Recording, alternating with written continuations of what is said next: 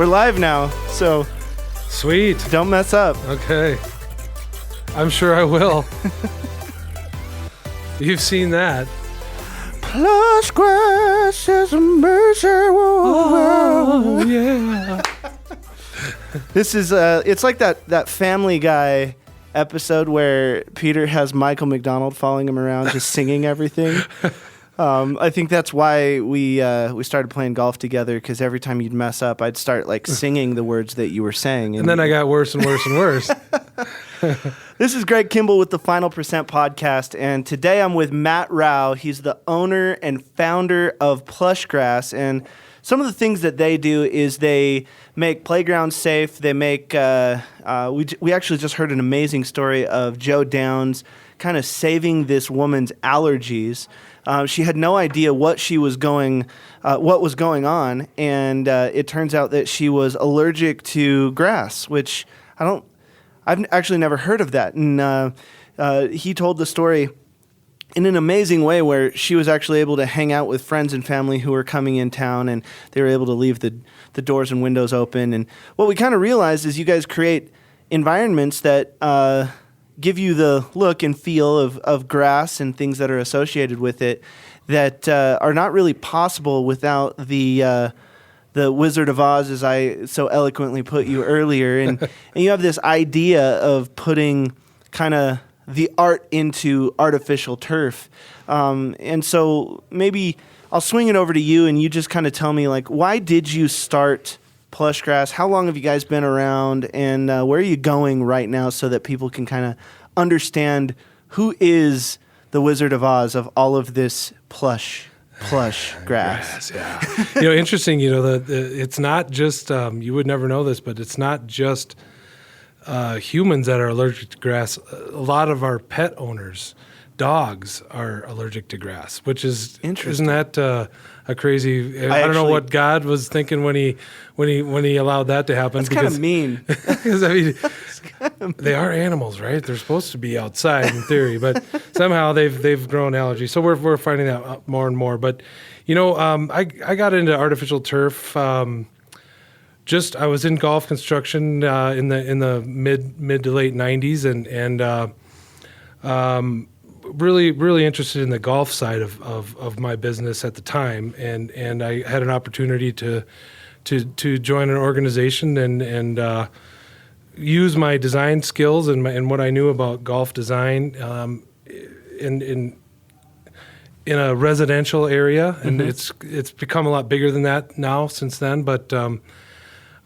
Ironically, the materials we had back then we thought were great. That's all we had available was the football field grass. Basically, we were putting in people's yards, and there was some crazy what they called putting green that we made work. And if you don't know any better, that's what you have to work with. You think it's awesome, but it's gone so far in the last 20 years.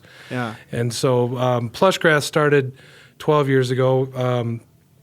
Once I was part of a franchise at the beginning and broke free from that and created Plush Grass. And so now with technology and how realistic things are with the grasses and how we can make putting greens react like a real green, that's kind of a funny way to, even if you're a golfer or you watch golf on TV, you hear them talk about how on the first day of the tournament, the greens were reactive, and by the fourth day, they're hard as a rock. And that I've always thought it was funny being a golfer, and I'm a scratch golfer myself.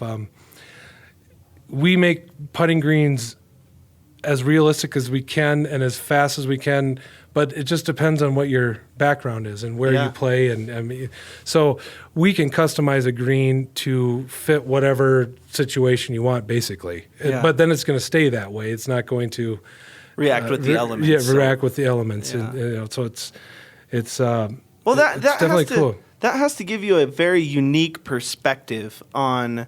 I mean, I have to imagine that in the world of artificial grass and everything, a lot of people get taught how to install, and they get taught to do things a certain way, but they're coming from the perspective of maybe someone who is in the landscape part of it, and they are like, ooh, I really want to go into this kind of niche market, but they're not a golfer. And so they're not looking at it through a golfer's eyes. Absolutely. And you hit it on the head. When I first got into the business and I was trained by somebody who was obviously not a golfer, and then I got thrown into a project that I won't get into right now, but the people that were helping me try to put this project together, they were accountants and they were, bankers and things like that, and they knew nothing about.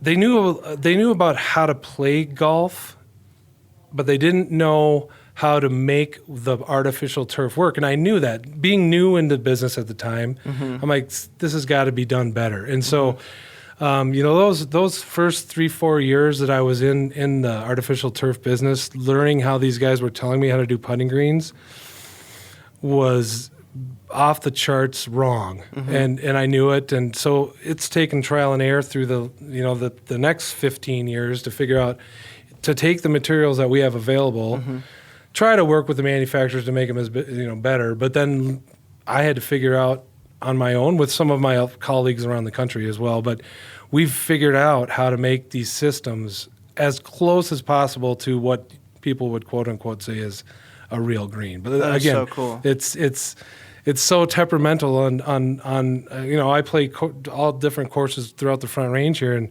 one course will be a 12 on the stimp meter, one's a 9, and so again, the cool part is we can customize it to, for instance, if he plays at Cherry Hills, we can try to mimic. Now their greens change too, right, throughout the season, absolutely. But we can try to mimic whatever what their best case scenario is going to be. Yeah. So full disclosure, I'm actually getting a green done in my basement from Matt, and why I chose Matt. Well, it's kind of a funny story how we met. I met Matt through two different ways. One, we have a mutual friend, Steve Conder, and Steve was telling me about this really great golfer, and I love golf. And he was saying, you got to play golf with him, you got to play golf with him, you got to play golf with him. We finally met out at a lake that you live on, and Steve lives there as well. And then we both joined TPC, so we ended up going out there, kind of having fun. And little did Matt know, I didn't really know much about Matt, or I guess if I'm talking to you guys, it's Matt. If I'm talking to you, it's you. But I didn't really know much about you, and the thing that made me really trust you, because you didn't know this, but I actually had, and I could pull up the emails, I had 3 companies competing for my bid on who I was going to go with. And because I'm so passionate about things I do, right when that first night that we met and we started talking golf, and I saw how excited you got about golf, and then everything came back into a putting green, and I made that connection too. And then unfortunately I was like, okay, well, this sounds pretty involved. And I said, well, how much is this thing gonna cost me? And you said a couple things that struck me. You said, number one, every project's different, but number 2 is I'm not gonna be the best price, but I'm gonna be the best value. And that's something that made me really excited, because as an entrepreneur myself, I was thinking to myself, okay, well, he's talking my language, which means it's probably pretty expensive. It got me excited about having a putting green in my basement, which I'm not sure if that translates over to my wife being as excited as I am. Well, that's the challenge that we all have, right? But and I'm still working on you doing one in your backyard as well. Oh, we'll start out with the small one though. Well, so one of the things so Matt and I got to talking on a golf course, and I said, okay, well, I have this dock. And this dock would be a lot cooler if it was actually a floating green. And you're like, I could figure that out. And that's like one of the things where this guy just seems like challenges excite you. Challenges. The one thing that I don't like talking high about myself, but I the more challenging, the better they always turn out. Yeah. And I'm not scared to build anything anywhere. That's so and awesome. a lot of these greens, we built one this spring. It was on the side of a cliff, and when I was dealing with the architect and the homeowner, they were like, how in the world is he going to build a putting green here? And I saw it immediately when I was out there, and it's a lot of work, but I'll tell you what, it turned out to be a masterpiece, and one of my favorite, I would say, in my top 10 that I've ever done. And so I'm always looking for a challenge. It's more awesome. The ones that are obvious in somebody's backyard in a little patio setting or whatever, they're great too. Don't get me wrong. Sometimes that's all you have to work with. But when you have some space to really do something cool, that's when my juices get flowing. And I love coming up with a concept for somebody, and then I always tell them that we're going to take this concept and it's going to be 10 times better by the time it's done, because we really sculpt it when we're out there in the field. That's awesome. we can see, you can have a vision, and I can do some renderings for you, and you can get an idea, but it's really when we're out there, and we like to we're going to work with you when we build a green, and we don't want you to be a distant partner in those situations. Typically we rough it out, and then we'll change it. If it's not going to work, or we think we can make it better, we're going to make it better every time. I walk into a backyard, and I'm the guy that I'm going to build something that I would build for myself. And that's awesome. So, and a lot of times we're a little bit limited with budget, and sometimes we stray over it a little bit, and sometimes we can undercut it. But I don't want to build you something that you're going to be bored with. I want to build you something that you're looking forward to getting out there and practicing, and your game gets better. It's a fact. When you're out there, the short game is the biggest part of, So you're saying if you putt better, you actually are a better golfer? Well, the most, right? How many? How many strokes? How many strokes are putter? I always think it's funny that people are beating balls on the range all the time, but they really should be 100 and in. Yeah, that's absolutely. So. Well, unfortunately Matt has seen my game. We've golfed a couple times, and he knows that my putting leaves something to be desired, and he's helping me with it. I'm not gonna lie. he's one of these guys that I can pretty much, if we wanted to put the price on if his putting's going to get better, he's going to be paying a lot of money for his putting green, because it's going to get better. Oh yeah, it's got nowhere to go but up. No, I'm just. It's true. It's true. Okay, so a lot of my listeners are business owners, entrepreneurs. So let's talk a little bit about the Plush Grass brand. The company's 12 years old, and obviously I heard, I think someone was saying you started in your garage. So the company that puts you in, Harley Davidson, Amazon, Apple, Dell, IBM, I think you've got nowhere to go but up. But if we go from the garage, we're in a great office here, but you're actually getting ready to move. How do you... What is, like, let's say, like, Matt's top 3 things in running and building a business? Okay, well, everybody's, so far you can tell my passion is building these really cool putting greens. Absolutely. But the staple in our business is really the backyards, the problem solving issues where people have pets, playgrounds aren't safe in certain situations, so we're able to fix those.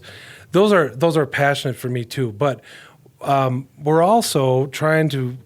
What I see is this business, this industry is growing rapidly, and there's a lot of people that are trying to get into this space right now, and there's a lot of people that don't understand what they're doing, and really that doesn't give anybody a good name when people are coming in, and we get a lot of calls that it's no fault of their own other than they haven't been trained correctly, that they're not putting it in right. And so they call us to try to fix it, and a lot of times it costs the customer a lot more money to fix it. And so we're creating an atmosphere where we're trying to partner with anybody who is interested in the artificial turf world. And so we're building a bigger facility where we can help with some training. We're going to start doing some training things on a monthly basis. And so I'm passionate about making this industry well-rounded. There's all sorts of angles right now. We have holes in our cheese, so to speak. So let's try to work together a little bit. And so we're going to have a store that we offer products, obviously, but we also offer knowledge, and we don't want even our competitors.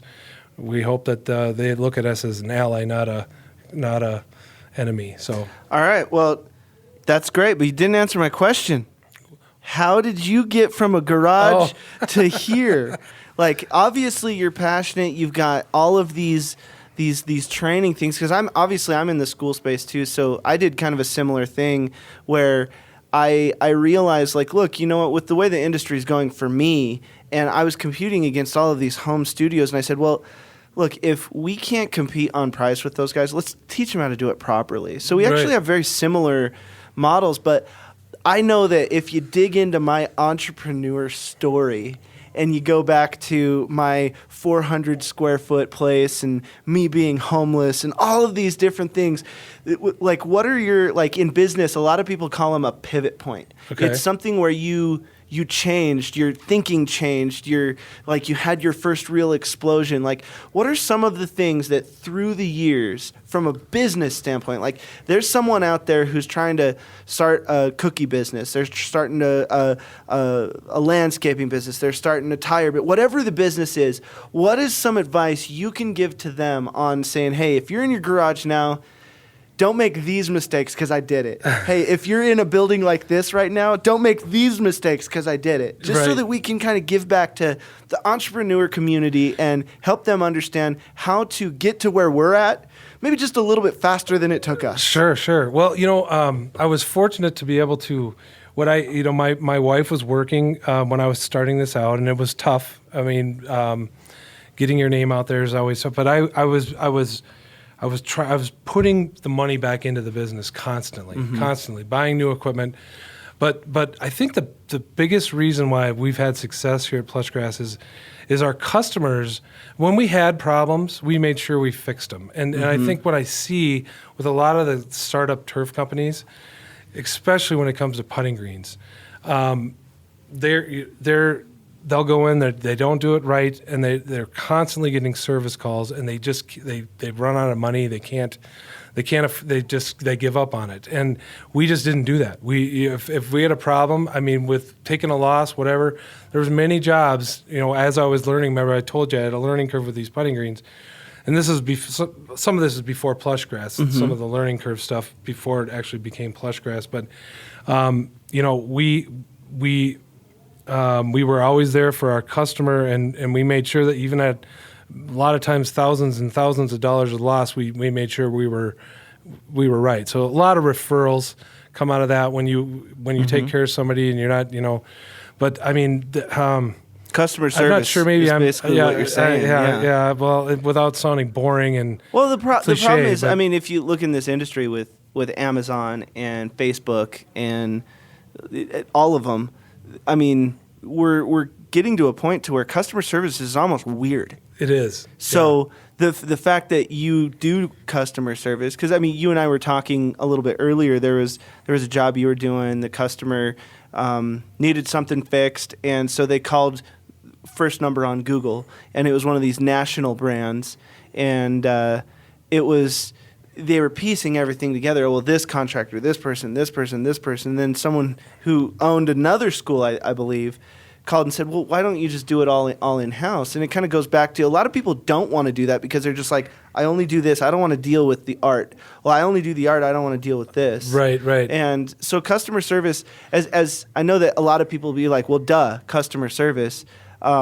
It actually is kind of weird, and because people think it's a canned response, they say, oh well, it's boring, but it's actually not, and I think people forget about it, especially in e-commerce where you just order something. I mean, have you ever tried to call Amazon? Right. Yeah. Like, Amazon will literally just give you all your money back before they'll want to talk to you on the phone. It's unbelievable. Yeah. So human contact is, and I've met your chief strategy officer, Joe, who's about the most personable person on the planet. Yes. And so, yeah, I could tell immediately that customer service was and is a very high point. So outside of customer service, I want you to give me two more things. What are things that you did along the way that got you here today? Well, again, it's hard to explain, and I've tried for years to replace myself, but I've done some very, very elaborate golf projects along the way, and those are really hard. I've found, again, not trying to replace myself, but to find somebody that has a vision, to make things the way that I can craft them is really difficult because, along the way, I've been able to use a lot of the stuff that I've done in the past to help with marketing and to help people see kind of what we can offer them, and that's really, really helped, and that has a lot to do with my experience.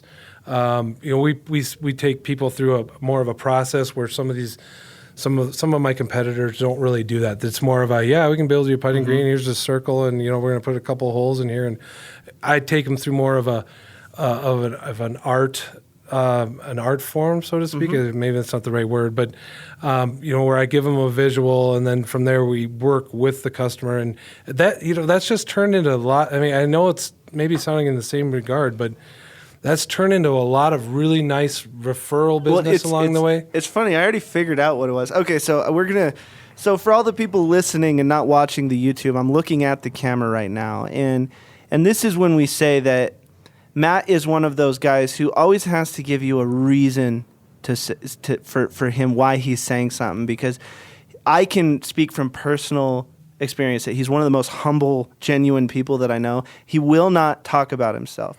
So let's just go over the first two things. Number one, the very first thing was customer service. I treat my customers better than anybody in my industry and in my space. That's what he just should have said. He should have said, hey, I'm going to treat my customer better than anybody else in my space is even capable of doing. Well, he doesn't want to say that. He has to tell you why all of this stuff. So let's talk about the other thing. He said vision. He said, I've got a great vision for this company, and I'm able to bring things to life that most people can't even see, but he sees them off the bat, so it's normal for him. And so I just wanted to help them kind of decode what you're saying a little bit, because you have to help people understand. It's like, number one, customer service. Yeah, you got to treat people right. And then vision, hey, I can see things that no one else can see. It's kind of like the sixth sense, only with putting greens. Right. I see golf. I see golf everywhere.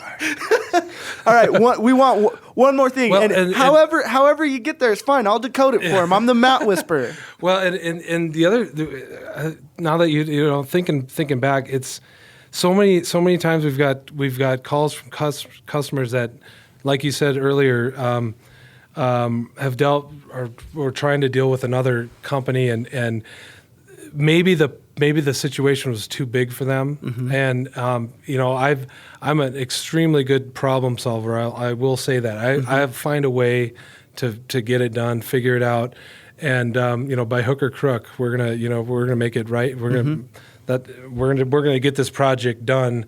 In the case that you were just talking about, that just happened recently, what some of the bigger jobs that we do nowadays, when the national companies get involved, there is no personal touch to it at all.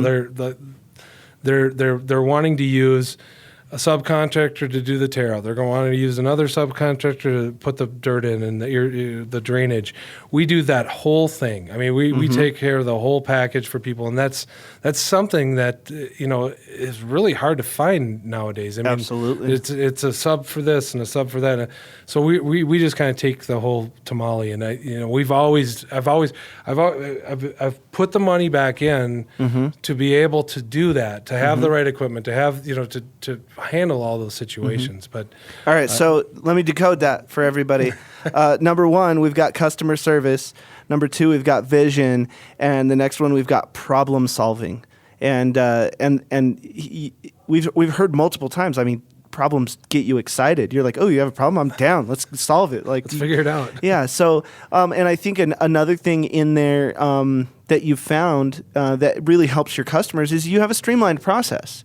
So you're constantly streamlining your customer service, vision, and problem solving. So, I mean, if you don't listen to, wow, it's hard to believe we've already been talking for 25 minutes. Oh my gosh. Yeah, it's crazy. But if you have only one thing to take away from this, it's have some customer service, have some vision, solve problems, and streamline. Absolutely. And I mean, think about it. Like those 4 things, if you take that into any business and you keep doing those things, you're always going to build a better business than you had a year ago. It's like one of the things someone said, all right, Greg, you have 2 things. You can only give me 2 things to make Amazon better. And I said, easy. I could make Amazon better than Jeff Bezos could if you do these 2 things. And everyone goes, What? What are you saying? I said, get better and do more. So get better, that could be from learning, and then do more. More action and getting better. Like if you think about those 2 things, and I'm always learning. And that's at the core of what I try to do, from whether it's sales. I'm the guy, like right now I'm in the middle of a kind of a change. I'm trying to lose 40 pounds. I can't believe I just said that on camera. So I mean, hey, whoa. 40-pound brothers, me too. Let's do it. So 40 pounds. I'm trying to lose 40 pounds. And so what did I do? I think I ordered, it was 63 books on fitness for my Audible account. I've got up over 600 books just on Audible. So when I do something and I don't fully understand it, I'm going to get better at it, and then I'm going to do it. There you go. Yeah, you got to get better, do more. And honestly, if you do those 2 things, you're going to get better and do more. One of the things, I'm going to sign off now. Thank you so much, Matt, for just having a great company, being an entrepreneur. I mean, I'm convinced that entrepreneurs are the real backbone of America, and we are the reason why America is worth living in it. And so I thank you. I thank you for all the people that you help employ, all of the dogs that you help go pee-pee and poo-poo in a fun manner, and all the great golf experiences you're putting around the world. And then just as I leave, guys, remember, this is the Final Percent podcast. They are going to be starting a podcast. It is most likely going to be called the Plush Green podcast, but it may change. You never know when Joe gets involved. So without further ado, remember, you have to be before you can do. You have to do before you can have. This is Greg Kimball with the Final Percent podcast.